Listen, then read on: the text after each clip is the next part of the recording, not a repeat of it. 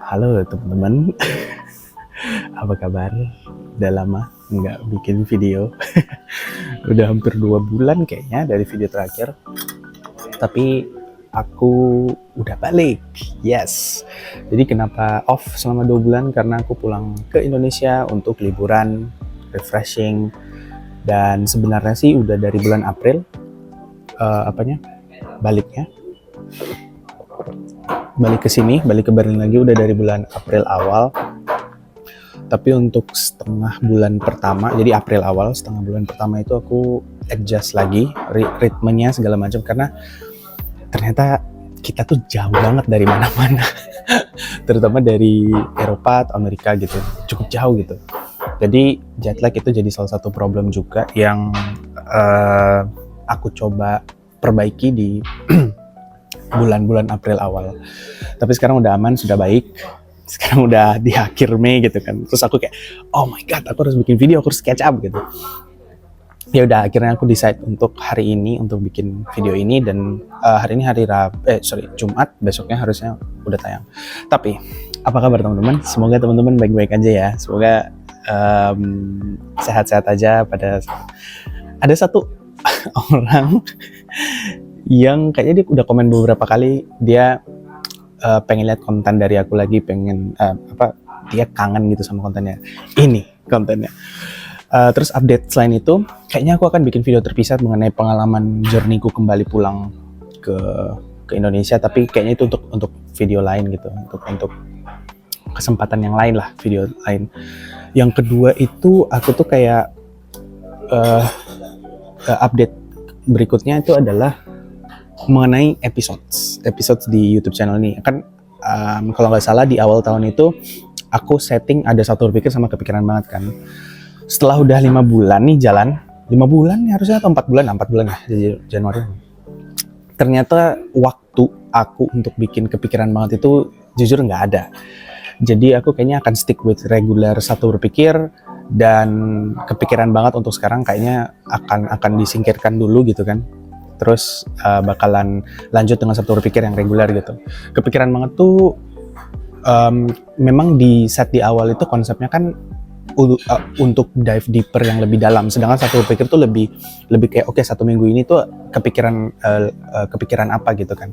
Nah, kepikiran banget itu makanya namanya kepikiran banget gitu, jadi lebih in depth gitu. Nah, ternyata untuk bikin yang in depth itu dia butuh waktu gitu, aku research untuk apa topik-topiknya gitu kan. Nah, tapi yang aku mau bahas di video kali ini itu aja sih sebenarnya update-nya guys. Kacamata, terus got a new haircut juga. Haircutnya itu karena aku nemu barbershop yang lebih murah.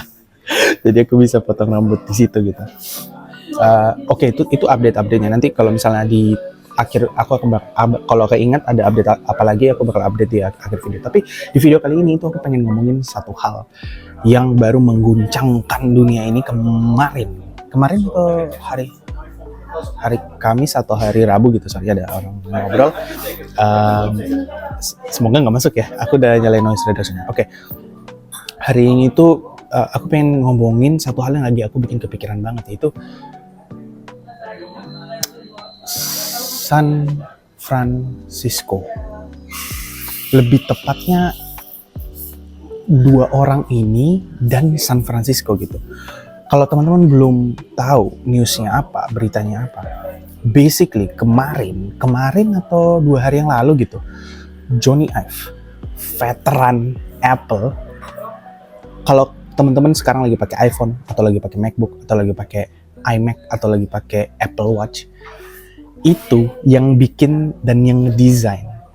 Aku kan sekarang lagi kerja di dunia desain gitu. Yang desain itu si bapak ini, namanya Jony Ive. Dan Sam Altman, tahu kan Sam Altman itu CEO-nya OpenAI. Mereka itu baru ngumumin sesuatu yang entah kenapa dari trailernya itu bikin aku kepikiran banget. Kayak mereka bilangnya kayak ini kita tuh lagi entering ke new era of personal computer lah. Kayak gimana caranya manusia berinteraksi sama komputer tuh kita lagi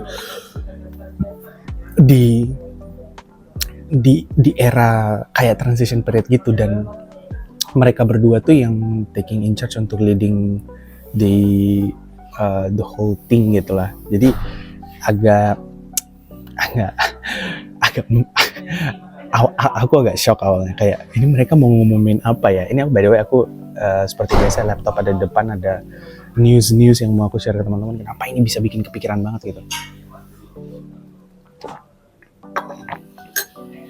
Buat teman-teman yang belum tahu, aku desainer. Aku kerja sekarang kerja sebagai desainer ya di tech udah mungkin 5 tahunan sekarang, dan entah kenapa di dunia startup, di dunia khususnya di tech ya, Bay Area San Francisco itu emang selalu jadi kayak semacam apa ya, kayak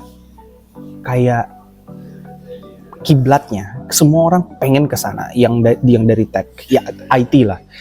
Mungkin di biotech, mungkin di chemtech, mungkin juga ada kali ya.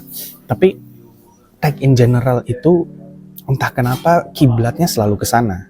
Kalau aku ngobrol sama teman-temanku yang lebih senior, yang lebih punya pengalaman atau yang memang dari sana, itu tuh mereka selalu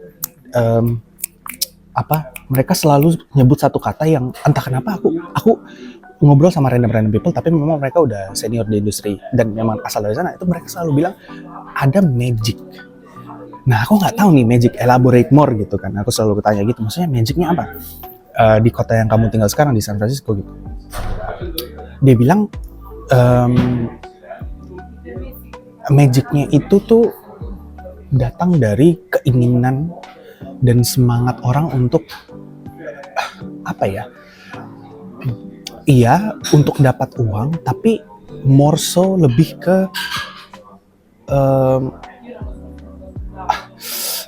helping other people gitu. Maksudnya nyelesain society's problem lah. Jadi problemnya ada apa nih di society kita? Cari yang terdekat. Kita pengen cari cara yang lebih mudah untuk bisa keliling around town, bikin Uber. Kita pengen cari cara untuk bikin antar makanan tuh lebih cepat, jadi DoorDash.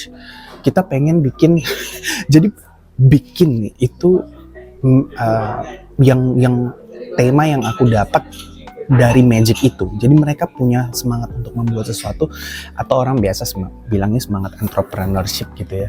Tapi semangat untuk membangun sesuatu dan men-solve problems yang ada di sekitar mereka tuh tinggi banget.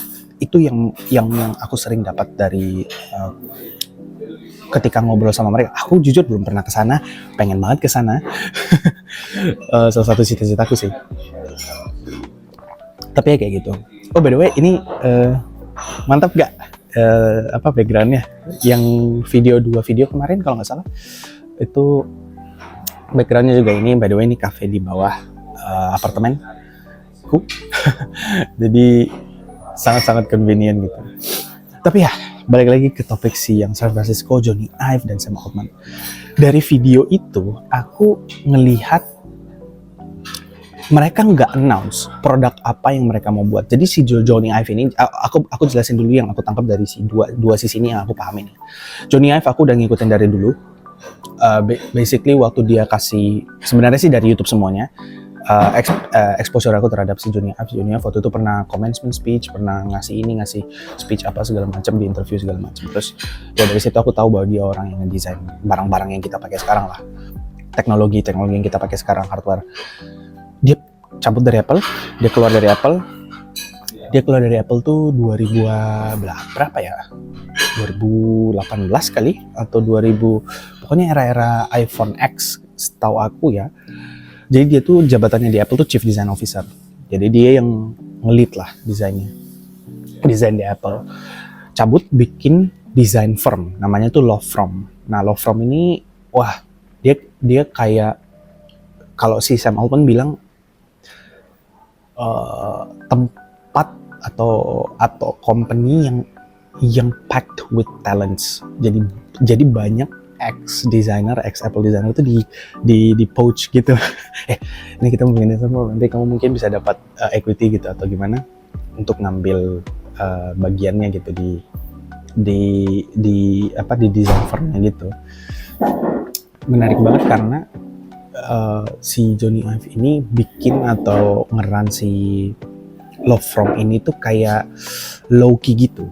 kayaknya dia hanya kerja untuk beberapa klien yang close to him gitu. Tapi apart from that, di 2 tahun lalu 2023 atau 2000 dia kerja sama lagi sama ex Apple VPs gitu, eksekutif. Dan yang aku senang adalah mereka co-founded this company called IO. It's a hardware startup, AI hardware startup gitu. Tapi again low key, nggak ada yang tahu gitu. Namanya IO. Gak ada websitenya, gak ada marketing apa-apa. Jadinya si IO itu berjalan sekitar 2 tahun, kayaknya 2 tahunan ya, karena 2023, 2 years ago kan, kalau dari videonya gitu. Terus kayak wow, ini apa sih yang mereka mau buat gitu kan. Kita jadi bertanya-tanya, ini 2 orang yang influential sekali gitu. Intinya yang aku tangkap dari announcement itu, mereka tuh mau bikin a family of AI products. Jadi yang kita tahu adalah mereka berdua atau company-nya si IO ini akhirnya kan merger sama OpenAI. Si Jony Ive akhirnya, kayaknya feeling aku, dia join OpenAI. Jadi semua design efforts yang ada lakukan oleh OpenAI itu paling topnya tuh si Jony Ive ini yang bakal ngedirect, bakal ngebimbing inilah. Plus IO hardware-nya udah masuk gitu kan. OpenAI kan software mostly. Aku nggak tahu mereka ada hardware products, tapi Jony Ive bikin IO hardware, OpenAI software, ini digabung, gila nih.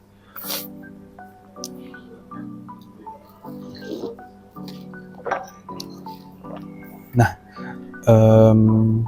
hardware, software gabung bakal jadi family of AI products. Ini yang aku tangkap dari announcement-nya.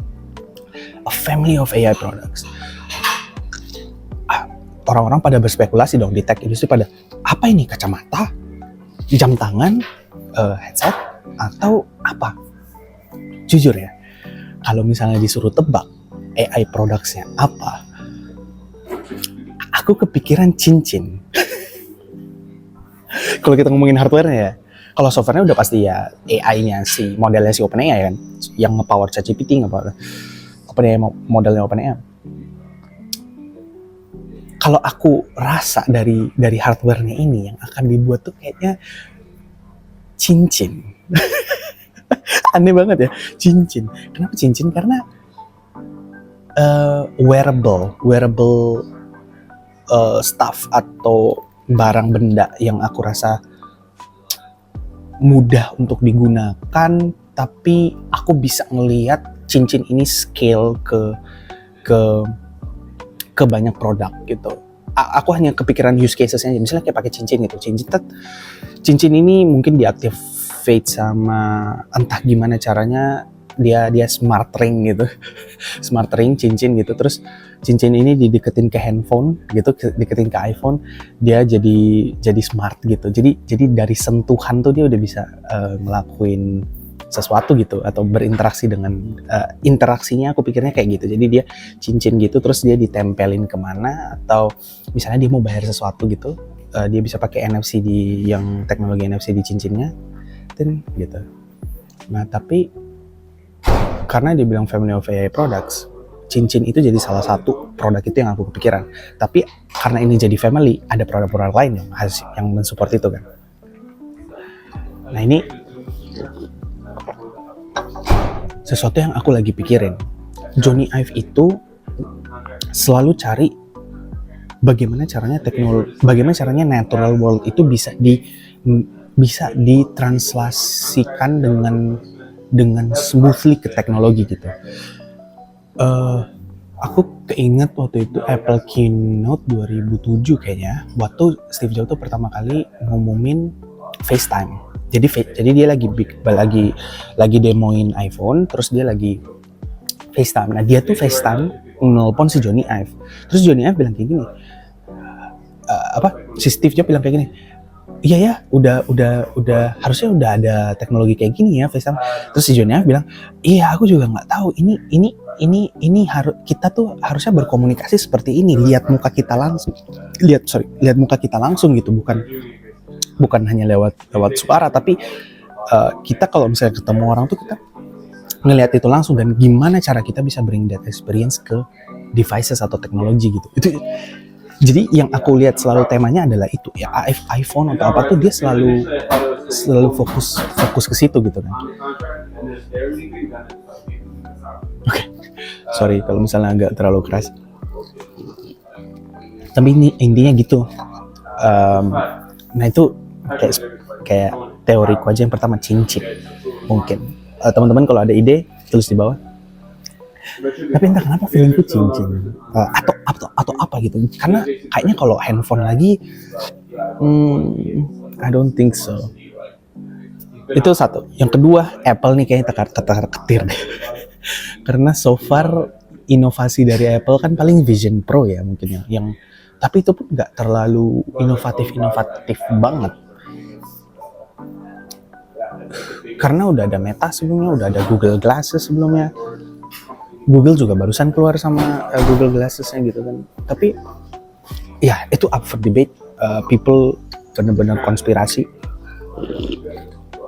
mengenai ini gitu, mengenai hal ini. Ya lucu banget sih. Kemarin tuh tiba-tiba langsung diliput sama CNBC, langsung diliput sama Bloomberg, pokoknya orang pada langsung ngomong ini pada mau bikin apa nih. Dan teknologi all over the world semua pada pada kayak wah gokil. Ini kayaknya akan nge-revolutionize semuanya. Aku excited banget sih, jujur. Oke, kalau Sam Altman udah pada tahu ya. Cuman Johnny Ive ini yang kayaknya kadang-kadang orang nggak tahu, terutama orang non-designers gitu. Nah, jadi kalau dari berita-berita sih mereka bilangnya si Sam Altman itu beli OpenAI itu 6,4 billion US dollar, tapi shares bukan cash. 6.5 billion shares gitu. Nah, ya jadi ini tuh apa ya? Aku ngeliatnya apa sih? Aku kayaknya witnessing. Aku senang, aku bisa kalau misalnya ini jadi sesuatu yang nggak flop, aku senang bisa jadi a part of that transition gitu. Dari kita udah pakai handphone kayak iPhone gini kan udah hampir puluhan tahun. iPhone pertama 2007 kalau nggak salah. Jadi udah decades, udah hampir 20-an tahun gitu kan. Excited aja untuk ngelihat gimana caranya orang berinteraksi dengan teknologi lagi ke depannya. Dan ya mungkin kayaknya segitu aja dulu sih video comebacknya. Video comeback kali ini. Jangan lupa like. Dan kalau ada kayak pertanyaan atau misalnya kalian bisa prediksi hardware apa yang bakal di develop dan dibuat sama mereka berdua tuh, terus di komen.